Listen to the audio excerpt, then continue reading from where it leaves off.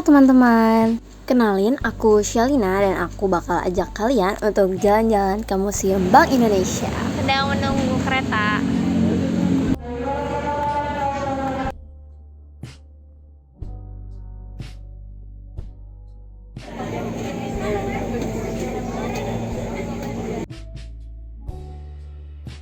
Setelah sampai di stasiun Jakarta Kota, kita bisa langsung berjalan kaki untuk menuju Museum Bank Indonesia. Setelah masuk, kita akan diarahkan ke loket tiket.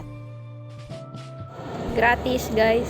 Pada awalnya, sebelum Museum Bank Indonesia ini berdiri, telah dibangun sebuah gereja untuk umat Protestan pada tahun 1625. Lalu gereja tersebut dipugar dan dibangun kembali sebagai kantor cabang De Javasche Bank.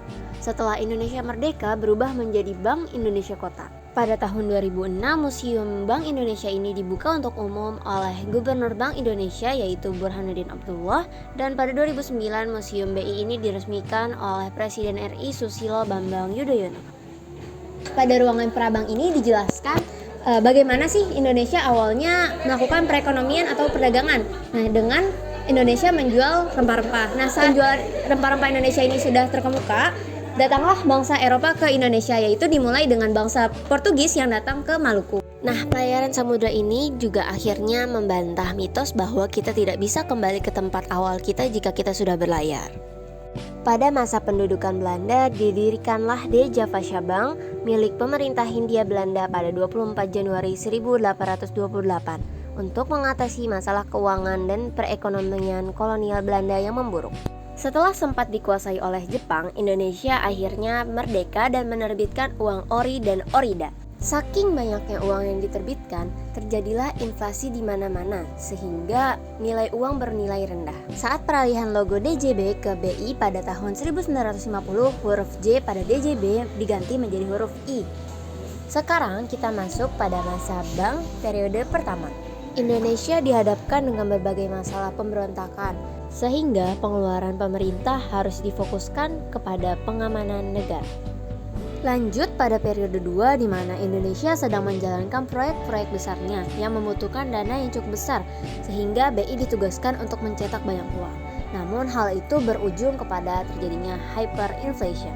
Pada periode 3, saat di akhir masa demokrasi terpimpin, terjadi inflasi besar-besaran, sehingga fokusnya adalah menyelamatkan ekonomi nasional dengan cara jangka pendek, yaitu rehabilitasi dan stabilisasi, dan jangka panjang dengan pembangunan 5 tahun. Salah satu contoh programnya yaitu Tabanas.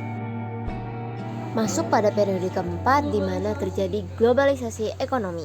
Pada tahun ini terjadi juga penurunan harga minyak yang mengakibatkan turunnya perekonomian Indonesia. Akhirnya dibuatlah kebijakan untuk menstabilkan ekonomi nasional seperti yang terlihat pada timeline moneter ini.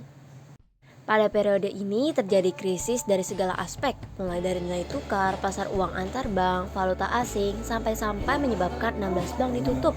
Hal ini berujung pada kerusuhan bulan Mei 1998. Pada periode ke-6 ini, Indonesia sedang berbenah setelah krisis yang terjadi. Di sini Bank Indonesia menegaskan kembali kedudukan, tugas, serta perannya sebagai Bank Indonesia. Dan pada periode terakhir, BI mulai memfokuskan ulang perannya. Salah satu caranya yaitu dengan mengamandemen Undang-Undang BI. Di sini terdapat juga sejarah tentang berdirinya Bank Syariah Indonesia. Semua barang yang ada di ruang direksi ini dibuat sesuai dengan keadaan aslinya. Mulai dari lantai, meja, kursi, bahkan gantungan baju yang tinggi itu menyesuaikan tinggi-tinggi orang Eropa.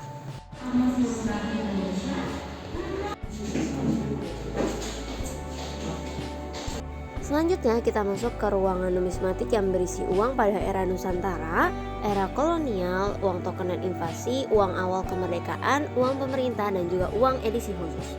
Pada era kolonial, Velsen mencetak uang real Belanda untuk menggantikan real Spanyol. Setelah itu pada masa pemerintahan Raffles juga dicetak uang bernama Ropits Jawa. Hingga pada 1828 didirikanlah Bank DJB dan mereka diberikan wewenang untuk mengedarkan uang.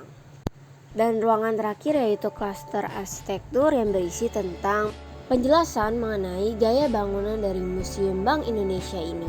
Museum Bank Indonesia ini dirancang oleh Edward Kuipers pada tahun 1910. Di sini juga dijelaskan bahwa bangunan awal dari DJB ini terletak pada rumah sakit yang bernama Binnen Hospital. Setelah menunggu selama 3 tahun, barulah pada 1913 bangunan Bank DJB ini rampung dibangun.